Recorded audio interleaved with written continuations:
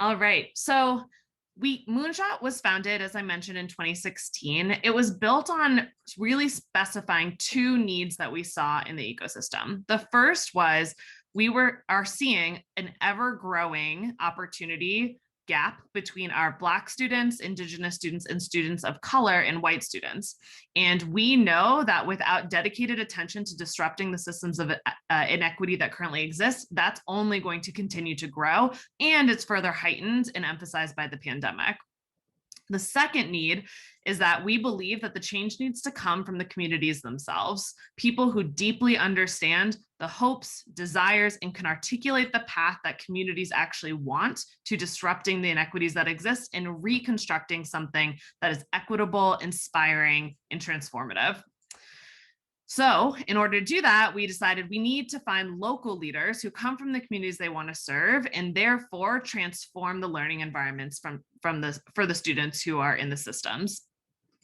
I'm going to show a quick video that kind of gets into the history and the purpose of Moonshot, and you'll get to hear from our founder as well as a few other fellows.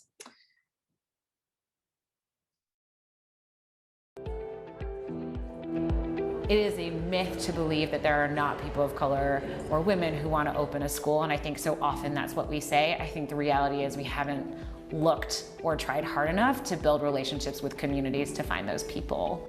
There's a reality that our students of color are drastically underperforming our white students, and that gap continues to grow. We actually have to find leaders who share the experiences that our students have in those classrooms, and so oftentimes what I find is that our leadership doesn't match the diversity of our students. How do we find the leaders who can dream up what education should become, work with them on that, and then give them the tools, the resources, and the access they need to create those schools? That means that we can't just kind of cream the top and look for the folks that typically are in our networks, but it really meant for us creating much deeper connections with communities that are not typically at the table, and asking those communities, who do you want to have open a school? I think what it takes to get to this future is all of us being more courageous and being willing to be open to a different way of doing school, and to be open to a leader that maybe isn't a kind of leader that we have gotten used to or that we're comfortable with. And I think by doing the work that we're doing, we're changing the notion of who can actually lead a school.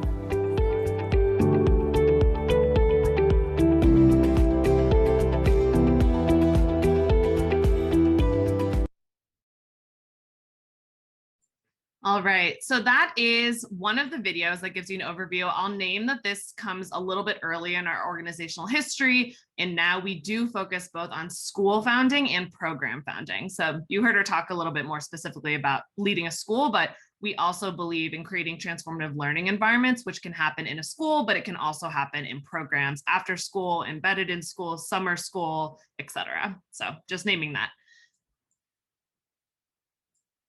So the vision of Moonshot is that we envision a learner-centered system led by individuals who share and empathize with the experience of the students and communities they aim to serve, in order for all kids to become lifelong learners who are able to meaningfully contribute to their communities. Our mission in doing so is surfacing and supporting a diverse set of leaders to design and launch the learning environments of tomorrow. And this is what the fellowship is built on. It's something that we try to embody. The core values you can see here is how we lead as a team internally, how we lead externally, just to give you a sense of the kind of culture that you would be coming into should you choose to move forward into the fellowship. These three specific supports give you a good idea of what are the set of beliefs that you would be coming into and what sits at the center of Moonshot. So there's three ones that we believe in. One, finding and supporting new leaders at the right time. So when folks are early on, 2 to 3 years out from launch, we believe in building community locally and nationally, and that networks and connections are a key part to what folks need in order to successfully launch and sustain their ventures and leadership. And then the third is delivering accessible, meaningful content. So our curriculum specifically, we focus on 3 areas: leadership development, model design, and pathways to launch. And we cover kind of a wide variety of topics, and we specifically focusing on doing it frequently, and at times that actually work for our leaders, because most people run full-time jobs, and so need it to be in the evenings or on the weekends. So if you're reading these and they resonate with you, then this could be the right fellowship for you. As we continue tonight, you'll also see how these guiding principles kind of show up in our work and show up in the conversations that you'll have later with some alumni. One additional thing I'll name is that we also support folks who are at varying levels of founding. So we've brought in people and really have seen them successfully move through our fellowship when they are further out from launch than 2 to 3 years or already into launch. So we've had people come who have launched, which I know is the situation some of y'all are in. So we've had people who come in when they're launching that year, or who are in year 1 of their launching and are looking to still strengthen and create a strong foundation as they move into years 2 and 3.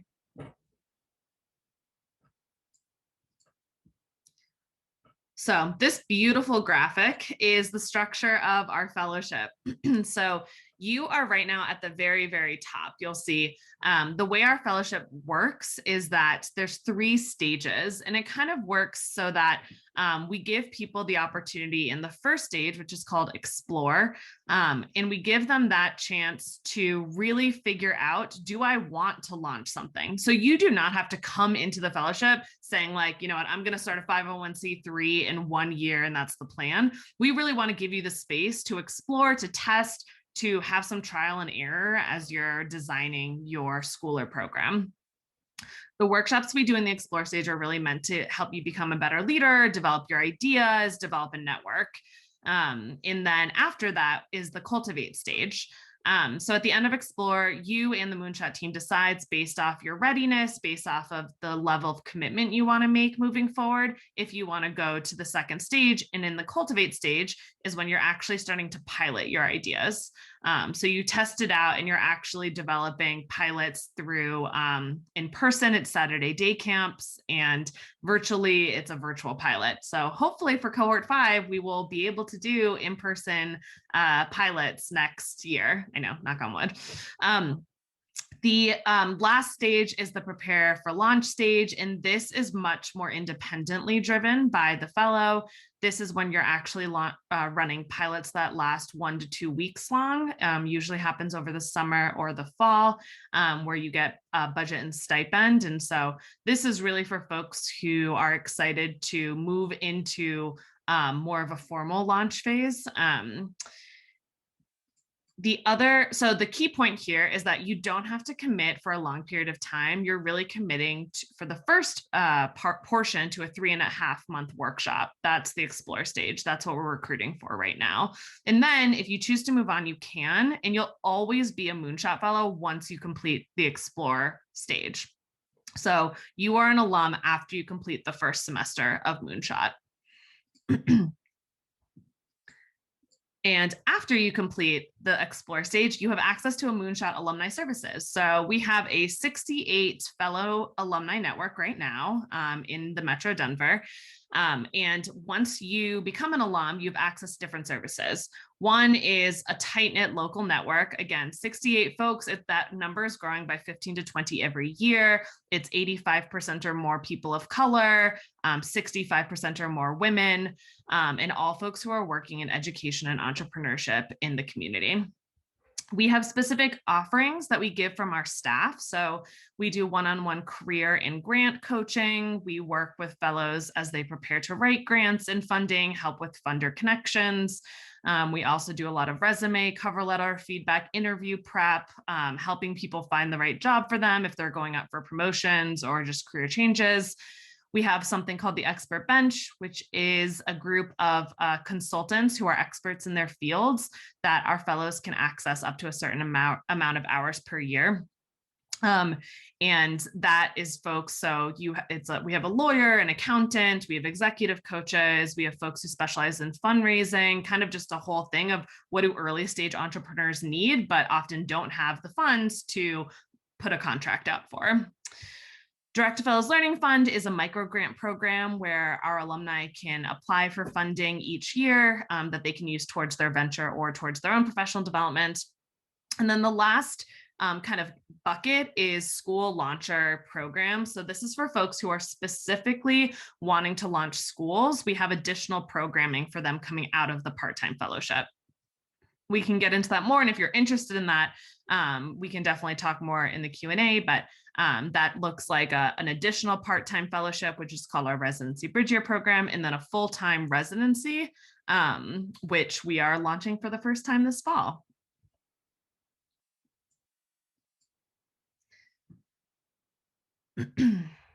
All right, so what you will get as part of the program, and this is the specific fellowship, is that you will get multiple supports as you are aspiring to innovate a new school or program. So that looks like leadership development, working on the model design. We specifically use the liberatory design framework, and we work on pathways to launch. That looks like specifics around operations, more like strategic budgeting, getting some of the more technical skills, community of practice. I would say the fellow network itself is a big reason why folks come into the fellowship and why folks get so much out of it is because they walk away with a whole new group of people who have their back. And the last is access to national and local connections. Throughout our fellowship, you meet upwards of 80 people who come in to talk to fellows and build relationships. And these are folks who are nonprofit leaders, school leaders, district leaders, state leaders from in Colorado, but also all across the country.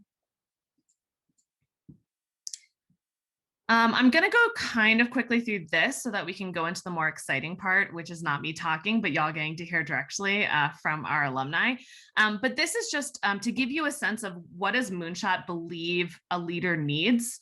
So you can see how it resonates with your own belief in what you need as a leader. So we really focus our leadership development around this framework, which we call our leadership competency rubric. We have 4 key areas with self-care and identity at the heart and the center that overlaps all of them. So we believe in supporting people and creating and developing their entrepreneurial mindset, people leadership, strategic and operational leadership, and instructional leadership.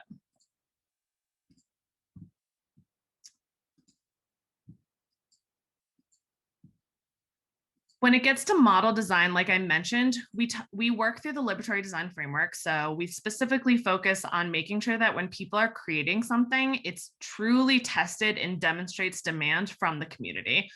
So we want to make sure that people are constantly taking their idea and bringing it back to the folks they're trying to serve and going through an iterative process to make sure that it is responsive.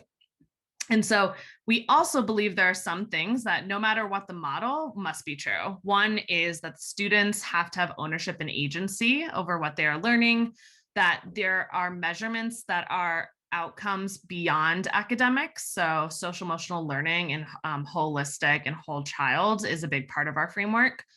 We believe it has to be co-created amongst teachers, students, and families, that there's personalized learning, and that whatever you create is a place where people want to work. So we believe in adult culture as well as student culture being really important. And this just gives you an idea of the breadth of ideas. So Moonshot started as a specifically school-focused program. And then as we grew, more and more people kept coming to us with different ideas and new ideas and saying, I want to try this. I want to impact students this way. So while this started as maybe like a 2-prong web, now it has this huge web of all different ideas. So we have folks who've launched single site charter schools. We have people who are leaders in innovation in district schools. We have programs that were built to be embedded in a specific school or district. We also have standalone nonprofit programs. We have folks who are focused in early childhood education and learning development centers. And we have people who are doing micro schools or independent schools. and homeschool umbrellas. So this is, again, not even representative of all the ideas. Last cohort, we had somebody who's developing an app to support undocumented students through college and career options. We have someone who started their own consulting company. There's just a ton of different ideas. And I think every year people get more and more innovative as they're kind of designing for the needs, which is really cool. And what's really exciting also about being a part of this network. Okay, now is the fun part where I get to stop talking and y'all get to hear directly from our alumni. So I'm super excited for y'all to be here and to get to meet Amanda, Christina, and Teray, who are our alumni who are speaking on our panel. So I am going to hand it over to them to introduce themselves first, and then I'll stop screen sharing so y'all can kind of see everybody's faces, and I'll start throwing some questions at them. So let's just go by the order on the screen. And Amanda can start. Please just share your name, pronouns, the cohort that you were in, and then just a sentence about your venture. Yeah, hey everybody. It's good to see your faces. I'm Amanda Gonzalez. I use she, her pronouns. I am so proud to be a part of cohort 2. I'm also a current residency bridge fellow with Moonshot. I'm the co-founder of Be the Change Community School. We're a high school focused on the development of identity, confidence, community, and civic engagement. We cultivate these things through third space teaching, problem-based learning, culturally affirming education. We're hoping to open in the Commerce City area in the 22-23 school year. Excited to be with y'all tonight, and I'll pass it to my homie, Cristina. Gracias, Amanda. Hi, I'm Cristina, she, her, ella pronouns. I am the director of programs over at Yabo Media, who is with Corey Montalvo, who was a fellow in cohort 1. I'm a fellow in cohort 2. So Integral Academy is a program that was founded on being integrated with subject areas. So really interdisciplinary music, math, all those things. And over at Yabo, we're able to do something similar. So while I don't want to say that my program is on hold, it's being integrated, okay, into Yabo's space. So it's a beautiful mix that's happening right now. So that's exciting. So T-Ray, you're up. Hello. My name is Teray Escobar. I'm the co-founder and executive director of Ednium, the Alumni Collective, a program that focuses on research, leadership development, and advocacy for recent DPS alumni between the ages of 18 and 30. And I am a part of cohort 4. Awesome. Thanks, y'all. I'm going to stop sharing my screen so that y'all can kind of just see each other's faces. Okay, so I'm going to get started. I'll start to throw out some questions, and alumni, feel free to also chime in too if you want to share anything about that I posed somebody else's question too. But let's start it off with, why did you choose to apply and join the Moonshot Fellowship, Amanda? Oh, so like my journey is like hilarious now that I think about it. So this was a couple of years ago. I was a first-time assistant principal, and I kept seeing like all the Moonshot emails come through my inbox. But I was like, that's kind of cool, but I'm exhausted, right? Like I can't do it because I'm exhausted. Like that's my number one excuse always to this day. And so I had already registered. I was like, I'm not gonna apply nothing. That's cool, good for them. And then 2 of my bosses at the time were like, Amanda, you need to do this. And so I was like new to the organization, right? And you know, your bosses are like, you need to do this, then you do that. And so I applied, went through kind of all of the application process, and I got invited to the final group interview, right? And that night I was so nervous because I was in this group interview with like these dope people just coming up with ideas for how to revolutionize education. And I remember driving home that night, and it's like 9:30, which y'all, I'm like this old lady. I love to be in bed by like 8, right? And I was pumped. All my exhaustion was gone. And I was driving home and I was like, oh my goodness, these are like-minded people. Like there are people out there that are like me, and was so excited. I think I got home that night. My husband was probably already in bed. I talked his ear off the entire time, and that was the moment that I knew that I wanted to do Moonshot. Um, just just being with like-minded people, and I've never regretted it since. Love that. Thanks, Amanda. I think Bo, I think, said in the intro that it was like just manifesting Moonshot in this group of like-minded folks. And I was like, I feel like that's like a feeling people get too when they are in the interview process as well. Christina, what would you say is the most impactful part of the fellowship for you?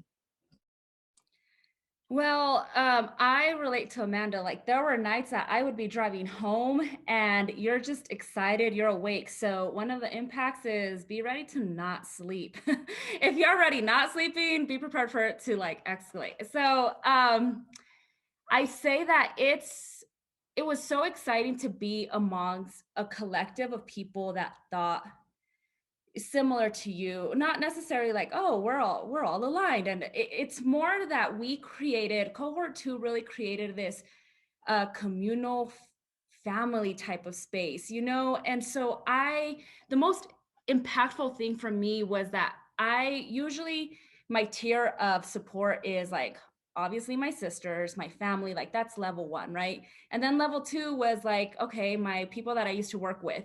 And level 3 is, well, Moonshot became pretty much on par with my sisters and my parents. Like the level of connection that I built with the people in my cohort, that was huge. And the impact that it had on me personally to say, you know what, Christina, it sounds like you got something to say. And it's on purpose that people aren't listening to what you have to say. Like that is all systematic. And what are you going to do about it? And the fact that I had a whole set of people with me being like, hey, we all got something important to say. Let's go out there and shine. I mean, just really translated in my personal life, in my professional world. I'm no longer working at the space that I was in. And before I left that space, I made sure I left it exactly the way I needed to in real Moonshot style, so I think the impact just keeps going. And like with Amanda, I just felt the familiar, like just my family, and so I know at any moment I could call him. Like I'm not just saying that, I could call Amanda and be like, yo, what's up, how you doing, I need to talk real quick. And that's it, and that's huge. Thanks, Christina. Trey, what about you? What was the most impactful part of the fellowship, or what advice would you give somebody who's kind of considering it right now? Yeah, I mean, I think they hit the nail on the head in terms of like that impact, right? Like I came into this like, from a different kind of perspective, being introduced to Moonshot for the first time, and just like sat there and saw the people that were part of it. It's like, fam, like this is somewhere I need to be. It's somewhere I could say fam, and I can still be professional. And I have somebody, like Amanda being my mentor and like really being able to connect. And so like my advice is, and being part of cohort 4, we're fully remote. And it's crazy, number one, how much Kat and Sasha and VJ, like everybody is able to like create such a unique experience where there's people that feel like family, even through Zoom, that we've only like actually met in person a couple times. But like it gives you a different type of uh I don't know, you knock on that door a little bit harder when you're going in to get some things done, knowing that you have a whole crew behind you. You know what I'm saying? And so like the advice is like, come, be ready to work, be ready to be stretched. But at the same time, like be ready to be vulnerable, because people are going to welcome you to where you can be your full self. Thanks, Trey. And that's actually good context for this group, which is Trey. So Trey was in our most recent cohort. And so his fall was entirely virtual. And so it's I think it's helpful just to know that whether it's in person or virtual, there's a lot of similarities too in the experience and in the community that you're able to build. Oh, can I put a quick plug? I just got off the phone with Paul, and like was like, yo, let's like link and like your moonshot. You know that like meme where people are like the Spider-Mans are like pointing at each other? Same thing. A lot of people think it's about to happen. I love that, Miss Paul. Okay, Amanda, what was the hardest part of the fellowship? And Christine and Terry also welcome to chime in here too after Amanda. Y'all, I told you I was like fully prepared to be like, I'm tired. I work full-time job. Like I have 7 children. I have a husband, right? Like I'm like every excuse in my brain, I was ready to roll out. And I didn't have to use any of those excuses. I think there's always like some pre-work that needs to be done before groups, things like that. But I think pre-work wasn't bad because it was hard work, right? And I was able to do stuff that was like motivating me, that was outside of my job. And at the time I was an assistant principal when I was doing the Moonshot, the explore stage, and later on became principal and, just kept on moving. That when I look back now, that wasn't the hardest. What I think the hardest for me was dismantling the self-doubt, and being vulnerable enough within my cohort, to accept the support and the feedback that others had to give. And that helped me to also continue like the battle of just imposter syndrome, right? And just being a woman of color, a leader who is like for real, I'm trying to build a school. Like this is crazy, right? I still cuss all the time. I'm not even fully mature yet. And yet having the group of people, and not just in my cohort, but like in all of the cohorts, that supports through it, like makes it not hard. So sorry, I don't have an answer. What's the hardest? I'll pass it on to Ray or Christina. Yeah, so I could jump in. I think so. I'm not gonna lie. Like I'm really bad at homework. I've always been bad at homework my entire life. Like Kat's laughing because she knows what I'm talking about. So I mean, I think for the context of this group too, like understanding you might be moving in virtual.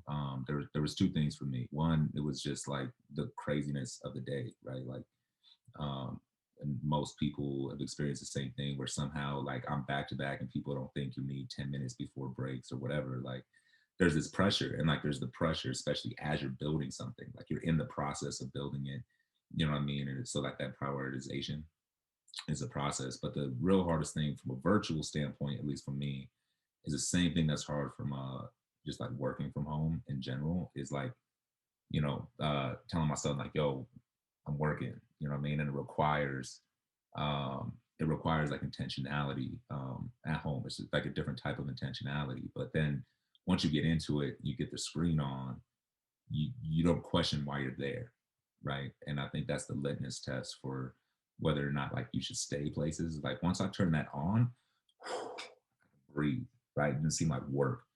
And now we're just going. So just more intentionality. But once you're in that space, like you're in the right spot.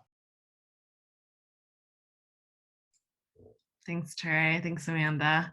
Appreciate that, because I think both of those points are really helpful. We want to make sure that people really come into the fellowship with eyes wide open, like they know what they're going to get. We want to be transparent in the front end, and we know it is a lot of work. And so we want to make sure people know that and don't feel like they signed up for something and then are like, what is happening, when they've got a lot of Zooms coming up or in person, and a lot of work to do. So I'm looking at my time. I have enough time. Okay. How did the fellowship impact your leadership? And how did it impact your, and then the next question is, how did it impact your venture? So Christine, I'd love to start with you. How did the fellowship impact your leadership? Yeah, like when you show up for work and you're like, okay, I got these tasks to do, done, right? And you're just kind of showing up, you're there, you're not, whatever.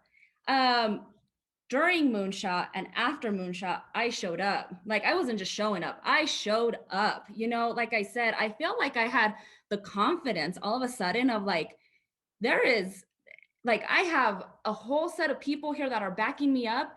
And I also have the responsibility to say something about, excuse my French, the shit that's happening with the organization within the context of where I'm at. And so I think that what for me was the challenging piece was, and the impactful piece was translating everything I was learning through the fellowship into the context of my current work environment. And I think that what was highlighted to me was my professional space was messed up.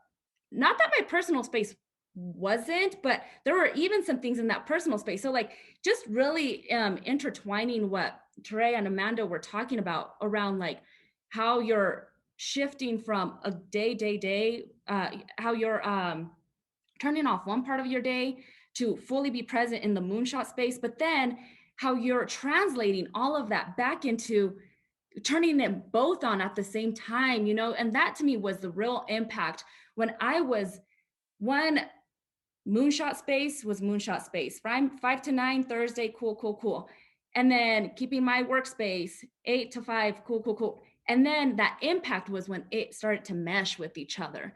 And I was like, holy shit, okay, here we go. Like I seriously, like I would say Moonshot has turned my life upside down. And that's right. That's why my life right now with Yabo is so impactful, because now you're bringing together two people, the CEO and me coming in as a second full-time staff, to work together. And we both have these foundations and these principles of already our own self, but then this moonshot framework. And that is amazing. And then to go in and support the ventures that our colleagues are in, you know, with Be the Change, like that's just as, because again, we're not guessing how we're showing up in these spaces. We're literally hitting the floor running, like, let's go. So that to me is so impactful that I don't have to pretend. I could show up authentically when I'm with Corey, like, hey, that does not feel right. Or he can come back and say that to me. And we have those conversations. We're not guessing who we are as people, you know, and that's huge, especially in this landscape, in such a small educational world that Denver is, you know, that people, when they say your name, that they're like, yeah, that's that Moonshot fellow. Yeah, okay, that person has something to say. We better listen. So Moonshot's been probably, again, one of the most impactful things of my life. And that it coincides with this huge pandemic and like Black Lives Matter. I mean, that it's just, it's real raw. So I would say be ready for that. Like, again, the way it linked it to my personal world as well, like just be ready to uncover some truths. If you're not, I was also kind of younger then, so whatever, always learning, right? Okay, I'm gonna stop talking before I disclose too much. Okay. Thank you so much, Christina.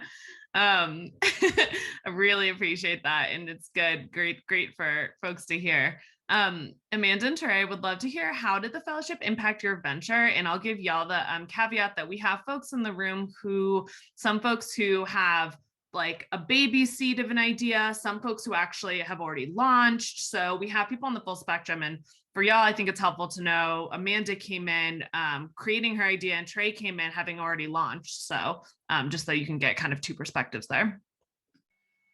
Yeah. I don't know, 2013, I was joking around that I was going to start a school in my garage. And it was like legit just a joke. I was teaching at the time, and it was all because I was tired of the bureaucracy within schools and just wanted to teach authentically.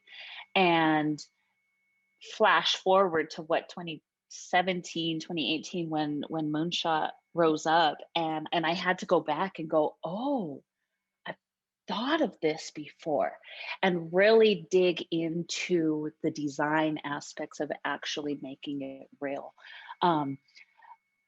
It went from like a seed to, y'all, I have a meeting next week with funders, right?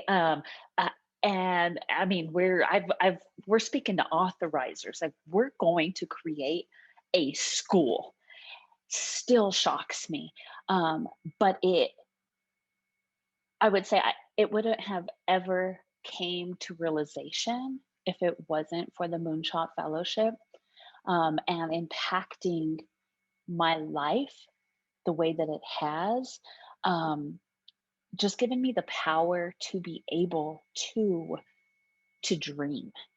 And it's also impacted my kids' lives, right? Like my daughter is involved with a research program at CU Boulder right now, and she has these connections like with somebody else from cohort 3, and just like I'm like, you're like a whole 19-year-old kid, and I'm almost 40, and I'm barely discovering this, right? And so it is generational, and we haven't even opened the school yet, so we're going to keep on keeping on. That's super dope. That's super dope. Yeah, I mean, I think it was the most impactful thing was it made me refocus in terms of like intentionality, right? So I think like so much of us want to start things because we're frustrated by the system that was created. And then if I'm being real, like as people of color, oftentimes we're the doers, right? We get shit done. And like we've built everything that we've built has been built because we went out and built it. You know what I mean? And for me, like we were full scale, like we were moving. And then like you have to sit down and say, holy shit, wait, I'm the person that's building the system now, right? Even if it's small, even if it's with my like my team and the things that we're trying to create. Now, if I don't like the system, I don't have anybody else to blame except for Teray. You know what I mean? And what Moonshot really helped me do was a couple things. Number one, recognize through like watching people do it, as in like Moonshot, the program itself, of like what does it mean to be intentional with your movements, and then two, like how is that intentionality from your like personal life as well, right? Again, like I'm not like the healthiest human in the world. I'll be out here smoking cigarettes and eating chicken and all this stuff like 100%. And like this like lie we tell ourselves like, nah, it's the grind, bro. Like it's the grind, like whatever. Like which I like forces you, and like they had to force me to say like, no, we're gonna talk about like self-care, and we're gonna talk about how this is connected to your ability to be intentional to build the systems that are needed. And if you're not practicing that, you can't expect your systems to reflect it. It's going to reflect you. And I think that was the most impactful thing because it's made me shift my thinking a little bit and be a little bit more intentional to build something that's actually sustainable. Um, yeah.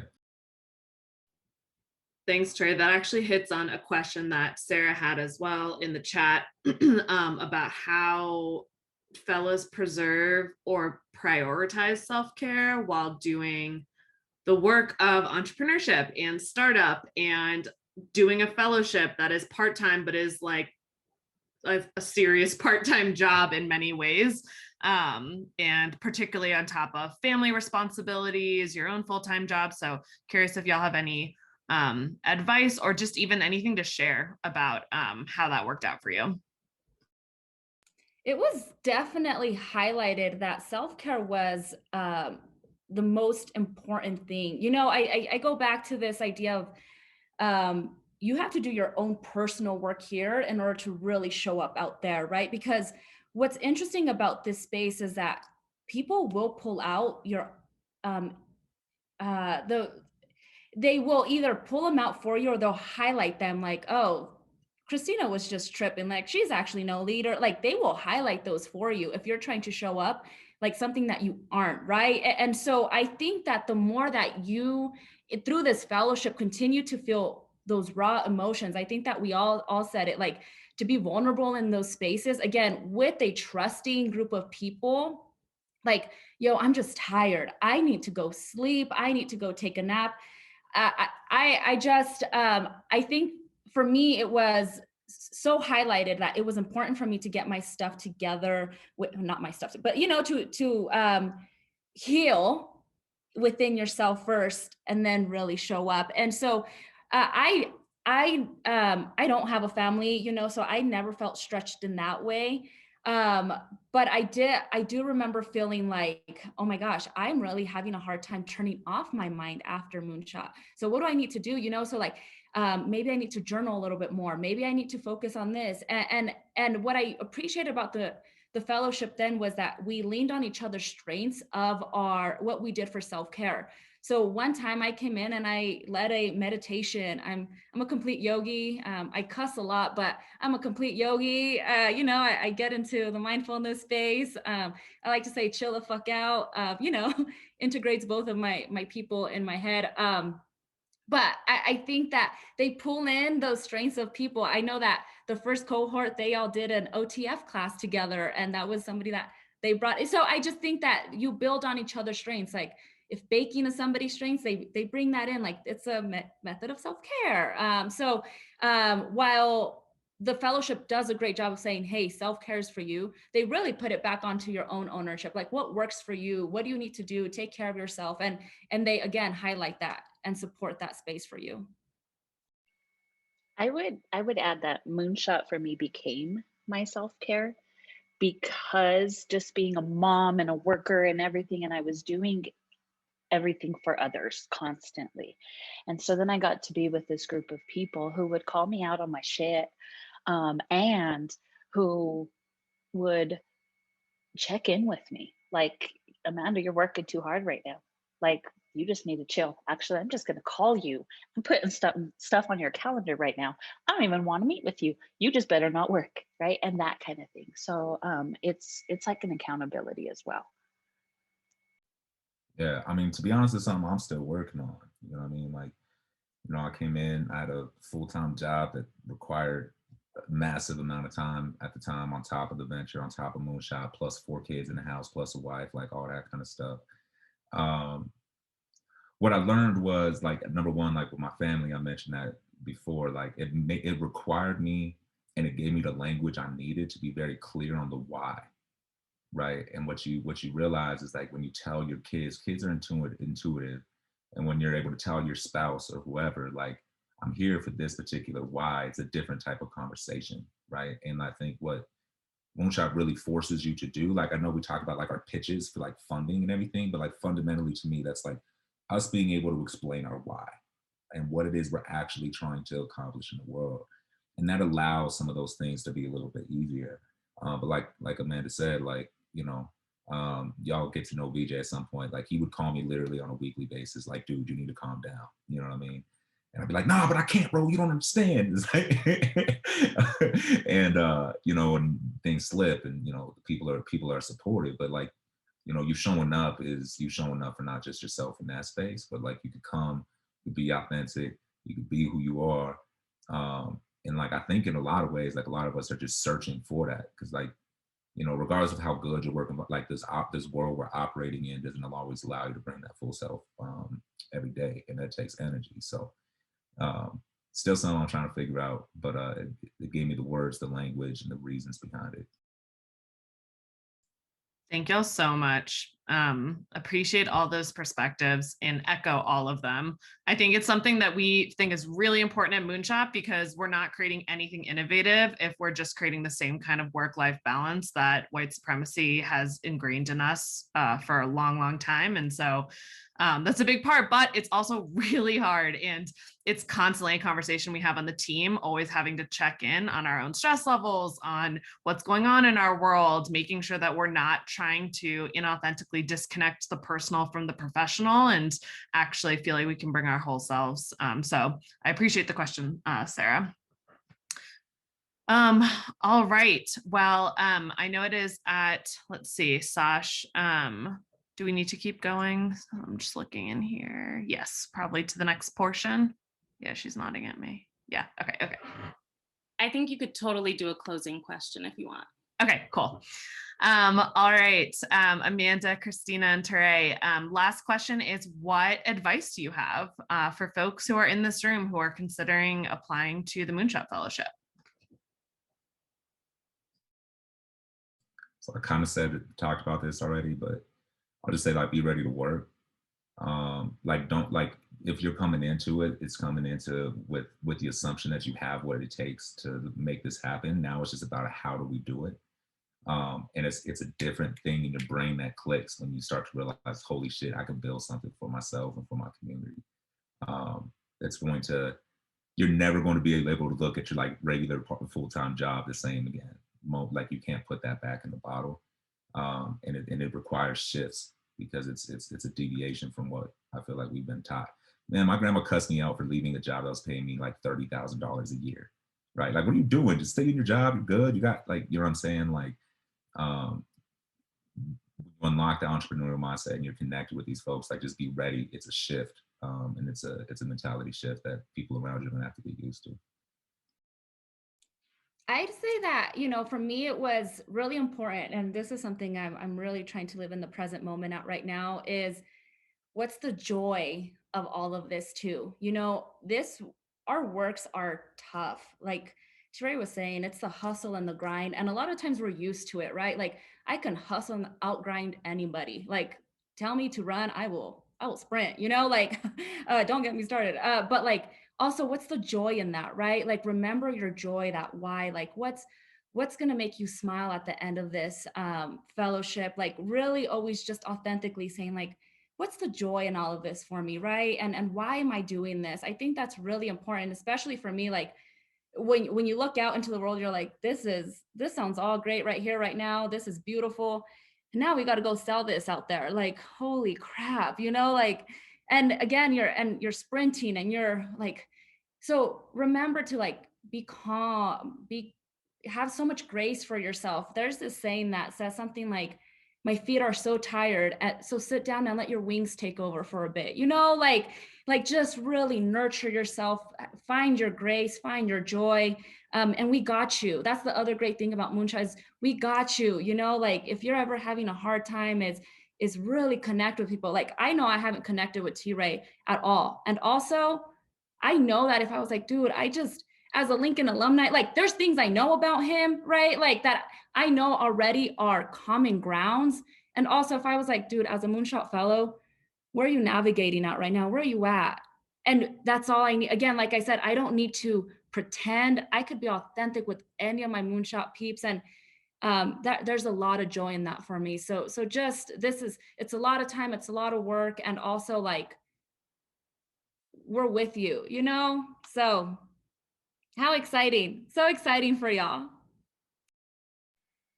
My one parting advice, I think I would just challenge you to take your wildest dream and challenge yourself to bring it to actuality. And really, you've come this far. You're here 6:35 p.m. Why stop now? Can I have one last thing to that? Please. Just like 100%, and like just know that like 100%, the saying you're a Moonshot fellow like means something out here in these streets. Like it's not like it means something. Like I probably say I'm like a Moonshot fellow before I say where I graduated from college. You know what I mean? Like it means something, and like just it means something, and so just yeah, take that seriously. Thank y'all. Thank y'all so much, Amanda, Christina, Teray. We love you so much, and it's so good to hear y'all talk. And we did not catch up through this because it's an info session panel, but it really felt like that a little bit. So it's great to see y'all. Thank you for being here. And folks on the call, highly encourage y'all to check out each of these folks, what they're working on right now. Be the Change Community School, Yabo Media, and Ednium. Also, Trey has a podcast. So if you like truly just want to keep listening to his voice and wisdom, you can go look at his podcast too. And Yabo has podcasts too. So yeah, you can just put all of these things on loop for yourself later. But thank y'all so much again for coming. Appreciate you all. Good night, y'all. Peace. Awesome. All right. I am going to share my screen again, and we're going to go over just some of the logistics for y'all around the application before we go into Q&A.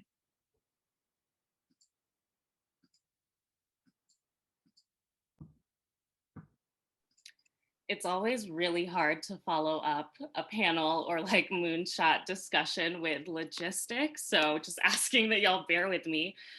In the spirit of transparency, I think it's really important to front load some of the Moonshot expectations of the fellowship, as well as sharing about the experience of the program. So that's what this time is going to be about. And then I'll share a little bit about the application process. So for the explore stage, the time commitment looks different across all three stages. In the explore stage, we have workshops every Thursday evening from 5 to 9, beginning in August and ending in December.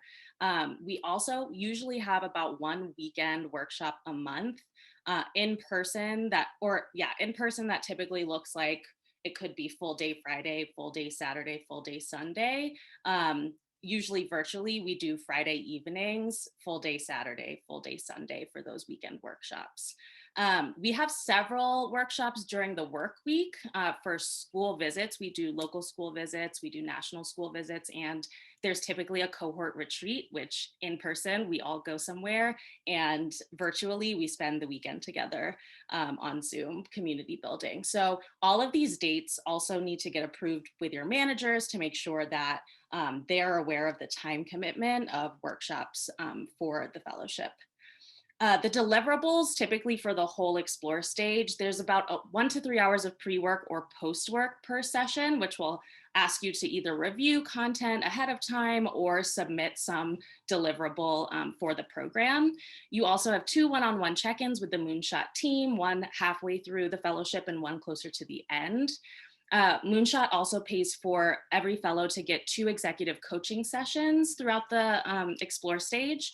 And we end out the explore stage with a showcase event, which you saw a photo of, and Megan mentioned that she'd been, but usually that's where fellows share out their progress. It's sort of like a coming out party for their idea with the Denver network that we have here.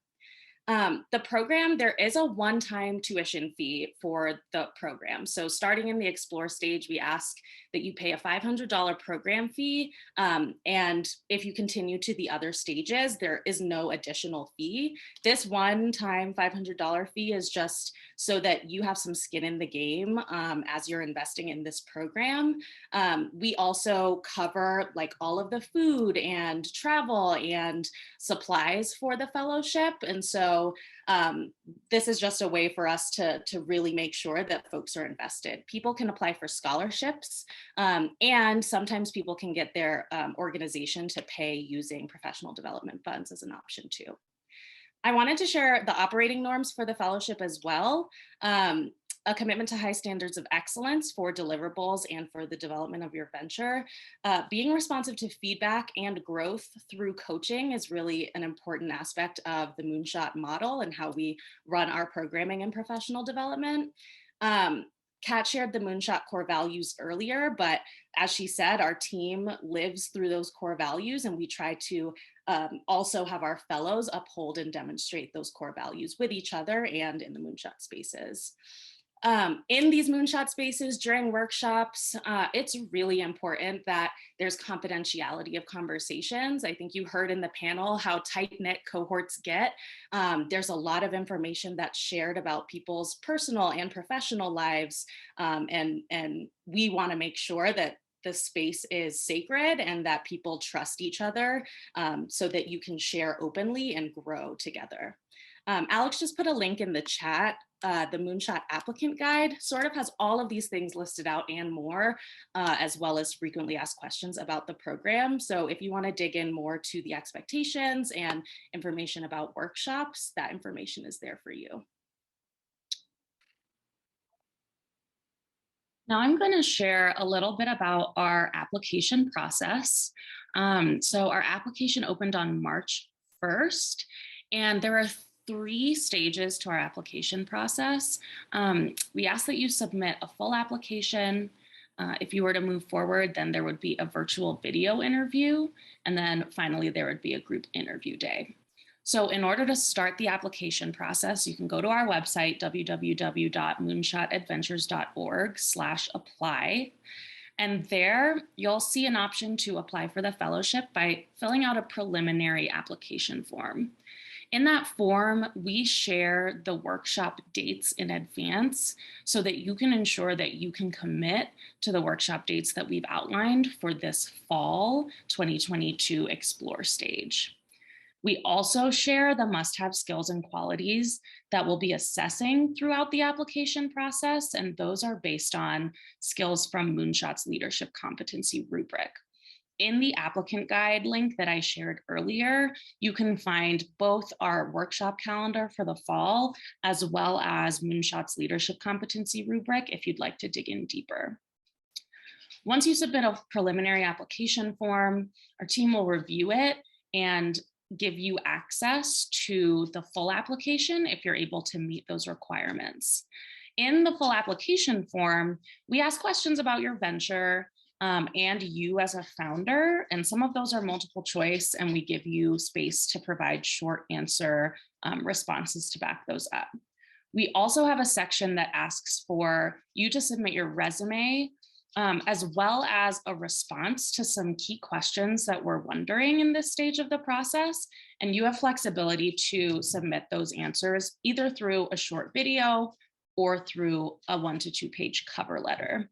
Again, in the applicant guide, there are more details about what those questions actually are that we're asking and what the length expectation would be for those responses. So our final deadline for you to submit that application, both the preliminary application and a full application, is Friday, April 15th. Once we get all of the applications in, our selection committee will be reviewing and scoring those, and you'll hear about whether or not you'd be moving forward to the second stage of the process to video interviews by the end of April. We'll be conducting video interviews through April to May, and making decisions around those before the end of May so that folks can move forward to attend one group interview day. That's the final stage of our process. So the 3 dates that we have blocked off for group interviews are listed there: May 17th, May 25th, and May 30th. You only have to attend one, and we tried to mix up what days those are, just in case there are any major conflicts with particular weekdays for folks.